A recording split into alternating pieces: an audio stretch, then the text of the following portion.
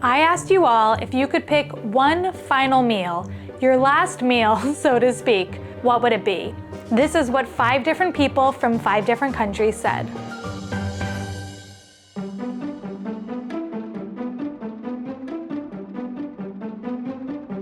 My name is Morris, and I'm originally from Hong Kong, now living in Toronto, Canada.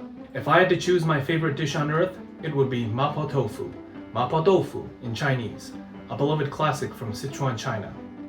The name loosely translates to pockmarked grandma bean curd, but no one really calls it that. Imagine a steaming bowl of silky tofu, bathed in a fiery red sauce. Rich, savory, and deeply comforting, with an exciting mix of textures. Something I learned while preparing for this recipe is by boiling the silken tofu with some salt, it's gonna help it firm up so it doesn't completely break apart when we put it in the sauce. It has the signature Sichuan mala profile, spicy and numbing thanks to fermented bean paste or dixian doubanjiang and Sichuan peppercorns. I love how it balances warmth and intensity. It has everything you want in a stew, but with an added twist that makes it seriously addictive. Morris said that I'm looking for a dark mahogany color on the beef, which is definitely more than I would typically cook ground beef, so I'm gonna give it a little more time because he says this is seldom done in Western cuisine. So a dark mahogany. It reminds me of, who's the guy from Anchorman? Oh, Anchorman, yeah. Where he's like, it smells of books and dark mahogany. I'm very important. I have many leather-bound books, and my apartment smells of rich mahogany. He smells of books and dark mahogany. The most authentic Sichuan Mapo tofu should deliver all the essential qualities. Numbing, hot in temperature, savory, tender from the tofu, aromatic, flaky from the fried beef, and intact, referring to the soft tofu that should stay as cubes. I only need 1 teaspoon of this, and I was thinking it could be an interesting episode on my end to use more of these ingredients that I only needed a little bit of, just so I could myself learn how to use all the stuff that I have in my house at this point. I did this before with rice paper and pork floss, where I was like, what else can I make with it? And I'm gonna leave a link to those 2 videos in the description. This panda's like, oh my God, it's chili oil. You're gonna be spicy, watch out. It definitely has that chili scent to it, but it also has that fermented scent to it. I like it. While it's a staple across China and throughout the Chinese diaspora, it's also widely loved in Japan and Korea, where localized versions exist and have become part of the food culture. I grew up enjoying even the non-authentic Cantonese and Western tastes, but it wasn't until I began exploring regional Chinese cuisines that I discovered how incredible the true Sichuan version is. Ever since, it's been my favorite dish on earth. If you're looking for a bold, unforgettable introduction to Sichuan cuisine, this is the dish to try. I am a big fan of Mapo tofu, but I have never even attempted to make it. And I feel like it was easier than I expected. That is really good. It's beefy, and I think I've normally had it with pork, so it has this really, really rich flavor. This looks good. Yeah. Heavy on the meat. Ooh, this is delicious. The tofu is still really soft, but by boiling it, it made it so that it wouldn't just break up as I was stirring it, and I did not know that that was something that you would do. So I learned a little lesson while cooking, which is fun. I'm just gonna keep going because I'm having fun. I love tofu. I love how it just absorbs the flavor of whatever you're cooking. Morris did say that you needed to cook the meat longer than I would have expected, but it doesn't taste overcooked at all. It just has a little bit of crunch to it, which I think is nice. I was also quite interested in what would happen when I added all that water, but by adding the cornstarch, it made it thick and gave it that Mapo tofu consistency that's really good. I definitely had to buy some ingredients that I'm not really sure how to use, so I'm gonna have to do some research. If any of you know what else I could do with the doppujang and the fermented black beans with chili oil, please leave a comment so I can use up some of what I have. As a last meal, I totally get it. This would honestly be up there in my list of last meals, even though my personal last meal would be chicken parmesan with spaghetti with red sauce. So a very different last meal, but this is also one of my favorite dishes. I always order it when we're getting Chinese food. For many, our favorite meals include bread, and that's where today's sponsor, Wild Grain, comes in. The first ever Bake from Frozen subscription box for artisanal breads, pastries, and pastas. You've heard me talk about them on the show before, and that's because I truly believe in and love who they are. With Wild Grain, you get to build your own box. For me, I chose breads, croissants, cookies, and this beautiful pasta. Everything is freezer to table in 25 minutes or less, so you can have homemade quality whenever you'd like. Wild Grain partners with small artisanal bakers and pasta makers across the country, which I think is a really cool benefit of their subscription box. You get to support small bakeries, and it helps keep the tradition of artisanal breads alive. Sourdough is one of my favorite breads, and their sourdough uses a slow fermentation process, which makes it easier on your belly, which is great. For every membership, 4 meals get donated to the Greater Boston Food Bank, plus you're gonna get all these amazing breads and pastries and pastas for your house. If you'd like to try Wild Grain, use my code Beryl, the link is in the description, and it will give you $30 off your first box, plus these free croissants in every order. Yum.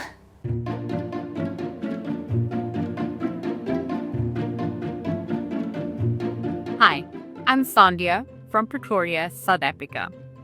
If I had to have one last dish on earth, it would definitely be a Durban-style crab curry. I just want to quickly say before we start, I am so intimidated by this recipe. I have never cooked crab before, and I'm just not sure how this is going to turn out, so fingers crossed. Crab curry is prepared using the tall orange crab from the Indian Ocean in a spicy tomato and tamarind gravy. I'm using my big pot because I've learned to err on the size of bigger, where bigger is better. There have been too many times where I've used the wrong size pot on this show. The first one was too small, so I have to do a bigger baking dish. That was my bad. This is too small as well, so I have my last shot. It'll just fit. Oh my God, that was so close. I need to add a lot more to this, and there's definitely not gonna be room. We're gonna need a bigger pot. The dish is special as it is usually prepared on special occasions. It is something that brings friends and family together, and we get our hands dirty eating it, so that adds a very unique experience to the dish. So even though I bought cleaned crabs, you always want to check for little bits. So for example, this crab still had a piece of the lung attached, and Leia told me, because I didn't know, that the lungs will give you a tummy ache. So it's good to check and then remove these little pieces. The taste can be described as being sweet from the meat of the crab These look good. and tangy and spicy from the gravy. I don't have claw crackers in my house, so I'm gonna give them a little pound. The tamarind adds a unique umami flavor to the dish, and that is what makes it quite unique. The dish is common amongst Indian South Africans, and I think it is definitely something that we treasure and cherish. The recipes are usually passed down from family member to family member. Now we're adding the crab, and I'm nervous. I'm excited, but I'm nervous. I love crab. It's my favorite food. So I'm excited for the dish, but I'm still nervous. My heart is palpitating a little bit. Okay, I'm ready. Crab going in. Ah! Fond memories that I have of this dish is sitting with my cousin when I was little with newspaper down on the floor for us to put all the little bones in, and wearing a t-shirt we'll probably never wear again because the juices make this dish quite hands-on and you can get pretty messy. Everybody should try this dish because of what a unique experience it is to even just eat the dish. Unlike in the US, we do not use mallets to eat the crab with. We pretty much use our hands and our mouths. I love crabs. Yes, I do. I love crabs. How about you? No. To crush over the bones, get into all the nooks and crannies, take out the meat, and the dish is commonly had with roti, rice, or definitely a fresh loaf of white bread. The experience in eating crab is one of a kind, and if you try it, you are definitely going to try it again. Okay, we're sitting here because this is gonna be messy. Also, if you wanna try this, the recipe is on my website. I'm so excited. I love crab. Okay.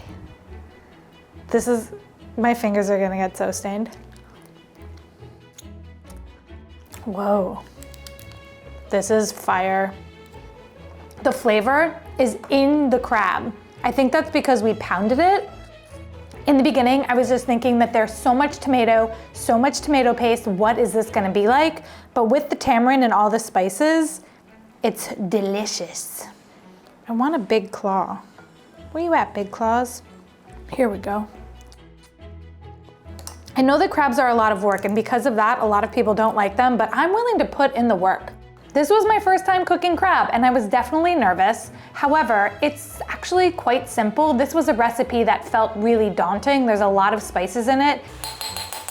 Empty. Woo, that's a lot of spices. But as long as you just organize everything ahead of time, it wasn't difficult. Everything just went into one pot, and yeah, Bob's your uncle. We have this amazing crab dish. I feel like this is something you would order at a restaurant. It feels so fancy, it feels so special. I would never make this for myself, but I'm really glad that I did. I'm like looking for something big, like I need the body. It's so creamy. Oh my God, I'm so excited for you to taste this, Lilla. This cooked for like 30 minutes, and that definitely feels like the right amount of time. I thought that it was gonna be really long to cook crab, but little did I know that's what you have to do. This would definitely be up there high and like one of my favorite meals, like as a last meal for me. Heck yeah, this is just so good. I just love crab. Oh my God, I love crabs. Did I say I like crabs? I really like crabs. Crabs. Oh, I love these. Okay, Leia's gonna try it. It's actually funny, I was having a conversation with my mom about her last meal. She brought it up. And she was like, I think it would be crab. Yes. So this one's for you, Kathy.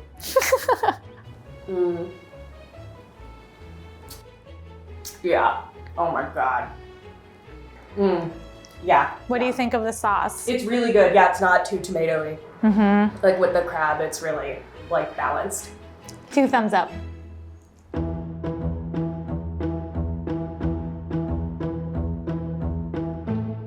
Hi Beryl, my name's Naya, I'm from Florida, and my absolute all-time favorite dish in the world is fried fish and grits with eggs and tomato gravy.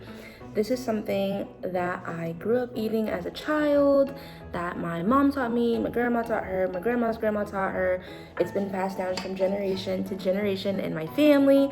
I think it's pretty common in there are variations, of course. Oh, that was juicy. Each family does their own. So we have to marinate the catfish in buttermilk, and I didn't feel like buying buttermilk because it's easy to make. The ratio that I used is 1 cup of milk to 1 tablespoon of lemon juice. You can also use white vinegar to make buttermilk. Fun fact.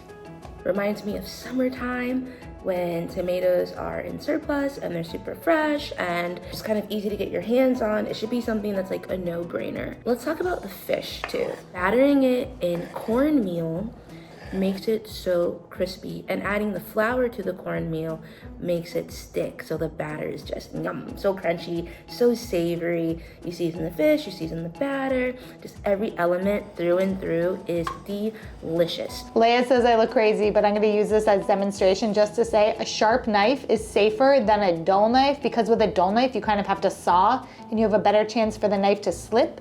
So when you're cooking, kids, always use a sharp knife. And one of the reasons why you fry it so hard is so that you can eat the whole thing, head to tail. Tomatoes cooked in butter. I don't know if I've ever done this. Tomato gravy, I honestly don't know that I've heard too many people talk about tomato gravy.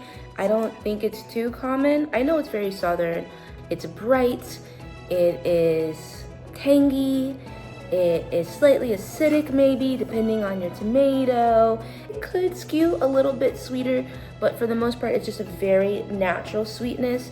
So these grits say 5 minutes, and it has definitely been more than 5 minutes. How long do you feel like it's been? Like 10. We're at like 10 minutes, and we've put 5 more minutes on the timer. They just are still kind of uncooked feeling when we tasted them. So I don't know. 5 minute. This dish reminds me of Sundays when my mom would get up before church and just cook as part of her love language. It reminds me of just slow childhood. It's a meal that you have with family and everyone's warming It's so comforting, it's so filling. Yeah, this is something you have time for.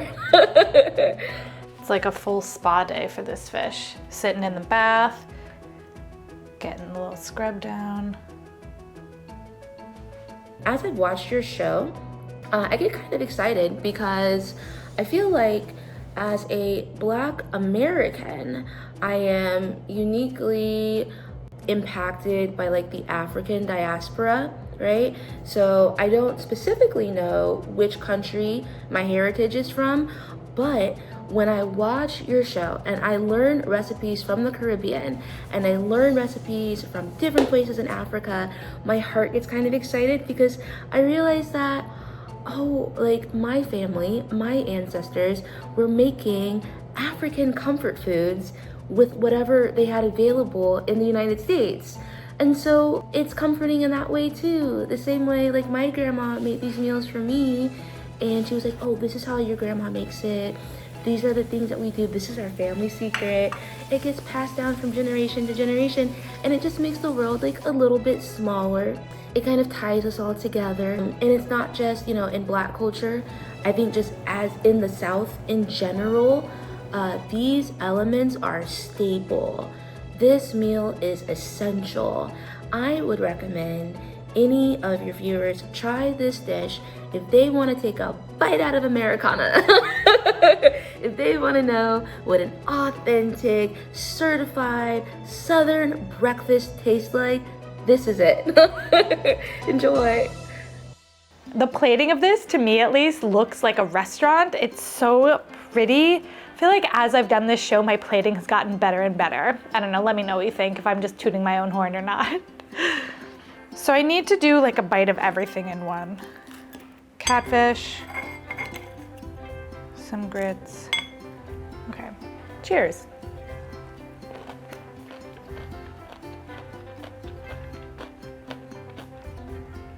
That's spectacular, give me 14 of them.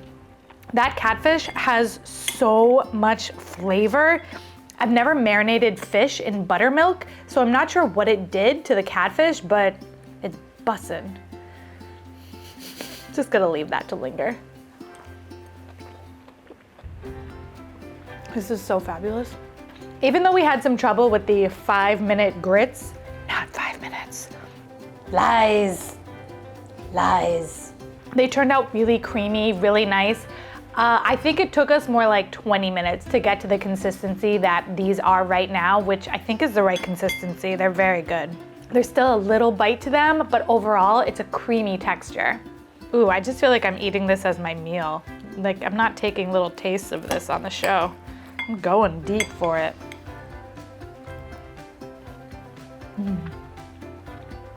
The yolk is good. Adds that extra level of fat. It's really nice. I really like catfish. I also really like tilapia, that lean white fish. I think that they take on so much flavor and you can do a lot to them to pick whatever flavor you want. Whereas if you're having a swordfish or a sea bass, you kind of want them to just live on their own. This tomato sauce also, by the way, came together in 5 minutes, honestly. And the butter with the tomatoes is so good. It's not something that I've ever thought to do. I've never made a gravy like this, so I just need to give it a little. Oh, that is good. Southern comfort food is just next level. As far as this being Naya's favorite meal, yes, I totally get it. This might be up there in one of the best dishes that I've ever made on the show. I got the grits off of Amazon if you can't find them in your local store, so I'm gonna leave a link to them in the description, just because this is a dish that I think everybody should try to make if you like fish. If you're ever wondering what happens with the stuff from the show, Leigh and I often just eat it for lunch. Yum. Yeah, it's good. This tastes like it came out of a restaurant. This is so good. Yes.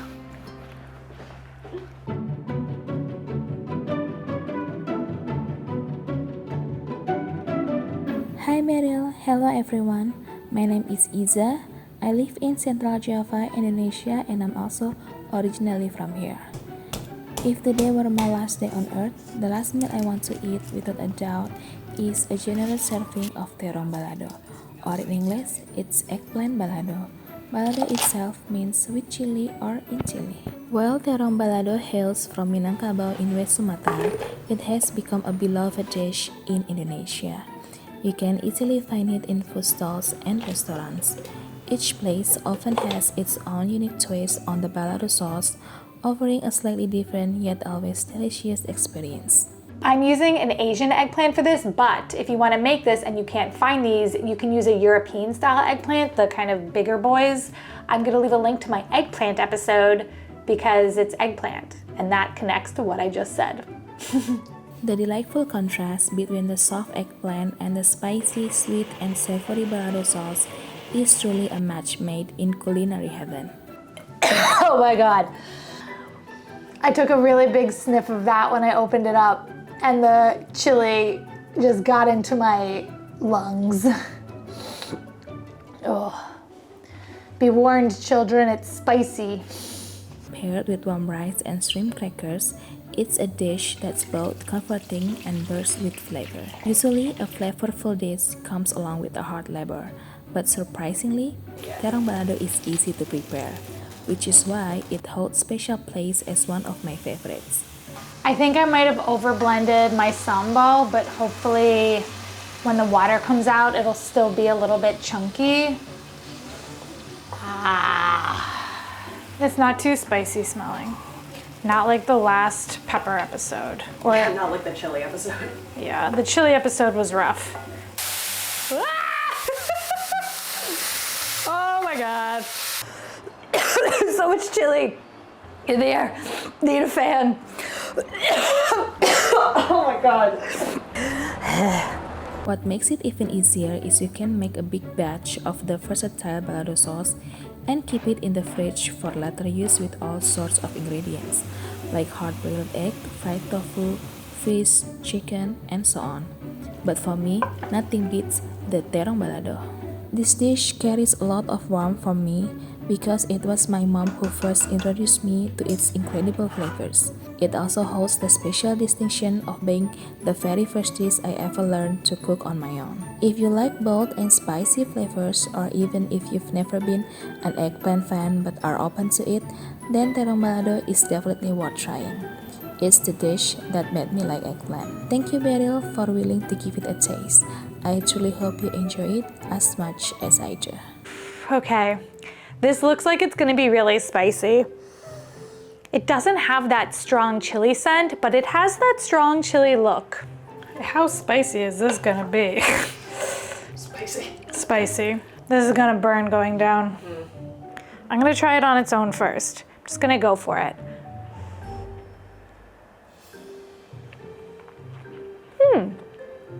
Oh, it's not that spicy actually.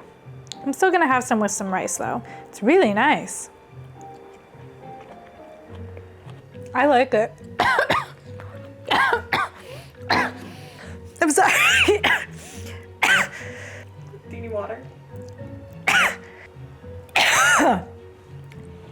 It's not that spicy, actually. So I might take that back a little. It might be a little spicy. With the sambal, you can really taste the garlic and the chilies, of course, but it's got still a smooth finish to it. And I'm not sure if that's because I overblended my sambal, which I may have, but I also think it was cooking it down and getting all that water out of it. Even though it hurt, I'm gonna go with another bite because there's something very addictive about it.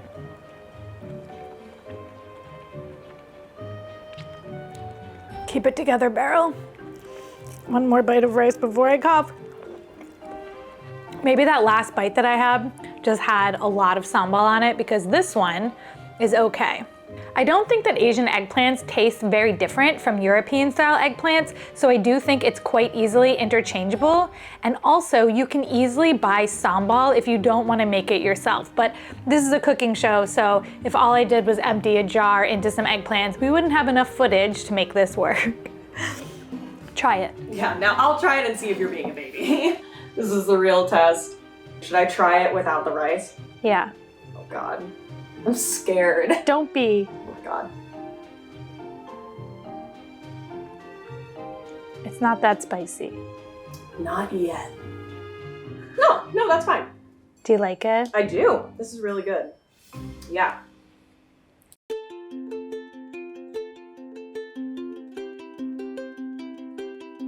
Hi Beryl, my name is Lilla and I'm from Hungary, from Budapest, and the dish I wanted to share with you today is Spenót Főzelék Bundáskenyérrel, or in English, spinach pottage with savory French toast. This is my favorite food on the earth and I like it because it's like a hug from home. It looks a bit ugly, but this is the food which is ugly but the best thing you can ever have. We're using Vegeta for this, and the first time I was introduced to it was in a Balkan dish from my one pot episode.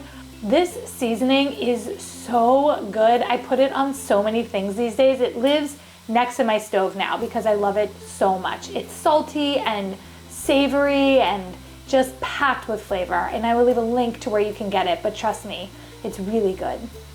It looks like a green cream in terms of the spinach pottage, and the savory French toast is just like an egg-coated slice of bread, but it's pan-fried, so it's nice and golden brown and crispy at the outside, but soggy in the inside. It's the best food you can ever have in your life. We're looking for like a thick stew consistency, so I'm adding just a little more milk to this so that it's not just really, really thick, but it's just kind of sort of thick. Thick, not Thicc. I remember that when I was abroad and come home, my mom came to me to the airport and she waited for me with this food, and it's like a really fun thing. It's my favorite dish because I can eat it whenever I want because it needs really few ingredients and normally they are easy ingredients. People should try it because it's a great experience. It's a really traditional Hungarian thing, and in my life it's just like every month or sometimes every week something I want to eat. We're back here because it was a little difficult to eat these two things over there. I have my spinach and my French toast. I'm not totally sure if I'm gonna eat them together or eat them separate. I'm gonna go with together. So a little bit of this and a little bit of this.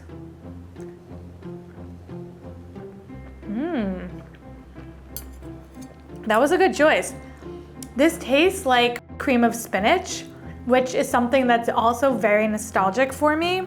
But the flavor is a little bit different because of the Vegeta and because of the bread that went inside of it. That's not something that I was used to. This is so interesting.